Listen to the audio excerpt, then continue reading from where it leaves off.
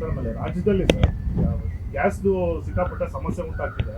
ರಾಜ್ಯಕ್ಕೆ ಬರಬೇಕಾದಂತ ಒಂದು ತಕ್ಕಮಟ್ಟಿಗೆ ಕೇಂದ್ರ ಸರ್ಕಾರ ನಾವು ಬೇಡಿಕೆಯನ್ನು ಕೊಟ್ಟಿದ್ದೇವೆ.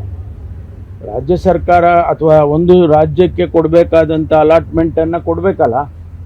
ಇದು ಎಲ್ಲರಿಗೂ ಅರ್ಥ ಆಗುತ್ತೆ. ಒಂದಿಷ್ಟು ತೊಂದರೆ ಆಗಿದೆ. ಇರಾನ್, ಅಮೆರಿಕ, ಇಸ್ರೇಲು ವಾರಿಂದ ತೊಂದರೆ ಆಗಿದೆ ಅನ್ನೋದು ಎಲ್ಲರಿಗೂ ಅರ್ಥ ಆಗುತ್ತೆ. ಆದರೆ ಕನಿಷ್ಠ ನಮಗೆ ಕೊಡಬೇಕಾದದ್ದನ್ನಾದರೂ ಕೊಡಬೇಕಲ್ಲ. ಅದನ್ನು ಕೊಡದೇ ಇರೋ ಕಾರಣಕ್ಕೆ ಗೊಂದಲ ಆಗ್ತಾ ಇದೆ. ಅದನ್ನು ಸರಿಪಡಿಸಿ ಅಂತ ಕೇಳಿದ್ದೇವೆ. ಅಲ್ಲ, ವಿರೋಧ ಪಕ್ಷಗಳ ಸರ್ಕಾರವನ್ನು ಈ ಥರ ಇಕ್ಕಟ್ಟಿಗೆ ಸಿಲುಕಿಸ್ತಾ ಇದೆ ಸರ್ ಕೇಂದ್ರ ಸರ್ಕಾರ ಅಂತ. ಗ್ಯಾಸು ಪೆಟ್ರೋಲ್ ಕೊಡದೆ ಅಲ್ಲ, ನಾವು ಏನು ಬೇಕಾದ್ರೂ ಹೇಳ್ಬೋದು. ಹೋಟೆಲ್ ನಮ್ಗೆ ಗ್ಯಾಸ್ ಬೇಕಲ್ಲ, ಗ್ಯಾಸ್ ಬೇಕು, ಆಮೇಲಿಂದ ಪೆಟ್ರೋಲ್ ಡೀಸೆಲ್ ಬೇಕು.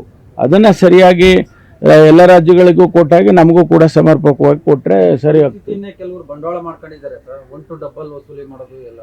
ಗೃಹ ಇಲಾಖೆ ಇದ್ರ ಮೇಲೆ ಯಾವ ರೀತಿ ಕ್ರಮ ಕೈಗೊಳ್ಳುತ್ತೆ? ಅಲ್ಲ, ನಾವು ಕಾಳಸಂತೆ ಮಾಡೋರ ವಿರುದ್ಧ ಈಗಾಗಲೇ ನಾವು ಕ್ರಮ ತಗೊಳ್ತಾ ಇದ್ದೀವಿ. ಕೇಸಸ್ಸುಗಳು ಕೂಡ ರಿಜಿಸ್ಟರ್ ಮಾಡಿದ್ದಾರೆ. ಒಂದು ವೇಳೆ ಆ ರೀತಿ ಮಾಡಿದರೆ ಅವ್ರ ಮೇಲೆ ಖಂಡಿತವಾಗಿ ನಾವು ಕ್ರಮ ತಗೊಂತೀವಿ.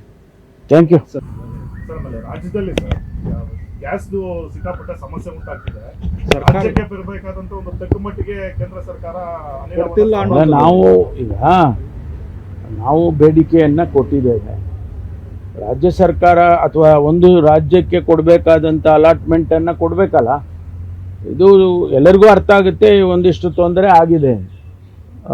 ಇರಾನ್, ಅಮೆರಿಕ, ಇಸ್ರೇಲು ವಾರಿಂದ ತೊಂದರೆ ಆಗಿದೆ ಅನ್ನೋದು ಎಲ್ಲರಿಗೂ ಅರ್ಥ ಆಗುತ್ತೆ. ಆದರೆ ಕನಿಷ್ಠ ನಮಗೆ ಕೊಡಬೇಕಾದದ್ದನ್ನಾದರೂ ಕೊಡಬೇಕಲ್ಲ.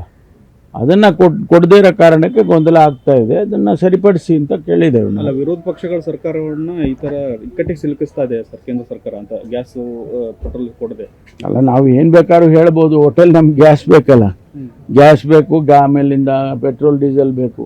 ಅದನ್ನು ಸರಿಯಾಗಿ ಎಲ್ಲ ರಾಜ್ಯಗಳಿಗೂ ಕೊಟ್ಟಾಗಿ ನಮಗೂ ಕೂಡ ಸಮರ್ಪಕವಾಗಿ ಕೊಟ್ಟರೆ ಸರಿ ಆಗ್ತದೆ. ಕೆಲವರು ಬಂಡವಾಳ ಮಾಡ್ಕೊಂಡಿದ್ದಾರೆ ಸರ್, 1 to ಡಬಲ್ ವಸೂಲಿ ಮಾಡೋದು ಎಲ್ಲ.